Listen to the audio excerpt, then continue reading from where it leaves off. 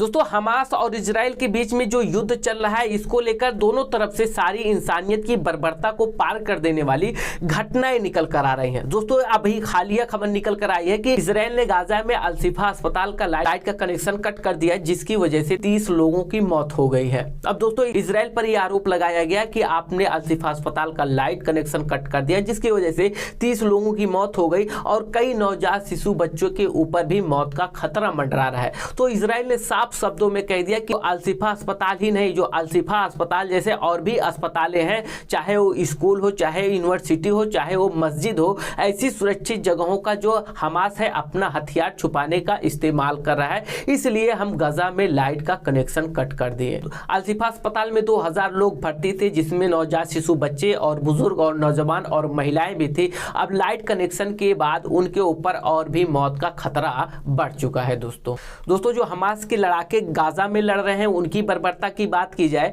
तो दोस्तों आप इस महिला की तस्वीर देख पा रहे होंगे। यह महिला इजराइल के रहने वाली होती है और जो हमास के लड़ाके होते हैं, इसको किडनैप करके 3 दिन तक के कमरे में बंद कर देते हैं। 3 दिन के बाद इस महिला को चावल और मीट दिया जाता है खाने के लिए, और यह महिला 3 दिन की भूखी रहती है, चावल और मीट को पूरा खा जाती है। और उसके बाद जो हमास के लड़ाके होते हैं, उनका यह कहना होता है कि जो मीट आपने खाया है वह इजराइल के 1 साल नवजात शिशु बच्चे का था, जिसका मीट आपने खा लिया है। दोस्तों यह बर्बरता है हमास के जो लड़ाके हैं। वही जो इजराइल है वह अल-शिफा अस्पताल पर लाइट का कनेक्शन कट करके यह भी सारी इंसानियत की बर्बरता को पार कर गया। दोनों तरफ से इंसानियत ही शर्मसार हो रही। बात करें इजराइल का, तो इजराइल के जो सुरक्षा बल है उन्होंने ऊपर से पर्चा गिराया और उस पर्चा में साफ साफ लिखा था कि जो भी उत्तरी गजा के रहने वाले हैं वह दक्षिणी गजा में जाकर शिफ्ट हो जाएं, क्योंकि जो उत्तरी गजा है वहां पर लगातार बमबारी कर रही हैं। अब दोस्तों जो उत्तरी गजा के सिविलियन हैं,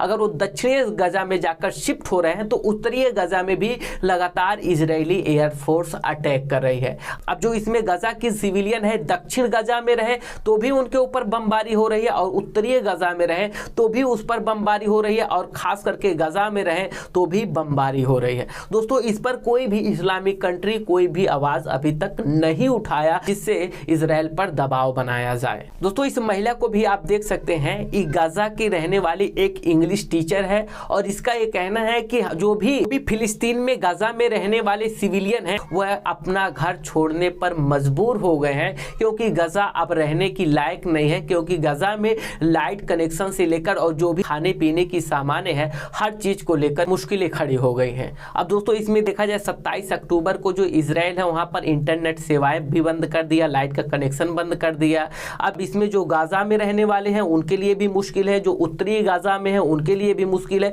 और जो दक्षिणी गाजा में है उनके लिए भी मुश्किल है, क्योंकि इजरायली एयरफोर्स है वह लगातार बमबारी कर रही है। और इस पर कोई भी इस्लामिक कंट्री भी ठोस कदम नहीं उठा रही है कि जिस तरीके से इजराइल हमास के आतंकियों को नाम लेकर जो भी फिलिस्तीनी सिविलियन है उसको निशाना बना रहा है। दोस्तों इस पर कोई भी जो भी मुस्लिम की संगठनें होती हैं, जो भी मुस्लिम कंट्रियां हैं, और इस पर भी कई मीम बनाए जा रहे हैं, कई वीडियोस बनाए जा रहे हैं, खास करके इजराइल और फिलिस्तीन के बीच में जो युद्ध चल रहा है और जो इस्लामिक कंट्रियां बैठकर तमाशा देख रही हैं, इस पर भी कई वीडियोस कई मीम्स बनाए जा रहे हैं। दोस्तों सोशल मीडिया पर बहुत ही तेजी से वायरल हो रहा है, और जो भी अरब कंट्री के मुस्लिम है उनका टिप्पणी किया जा रहा है, उनका मजाक बनाया जा रहा है। फिलिस्तीन में जो भी हो रहा है इन लोगों का से केवल कंडेम ही कर सकते हैं, उसका विरोध कर सकते हैं, बट जो गजा में रहने वाले हैं, जो फिलिस्तीन है, उसका कोई भी सहायता नहीं कर पा रहे हैं। दोस्तों ऐसे मीम सोशल मीडिया पे बहुत तेजी से वायरल हो रहे हैं।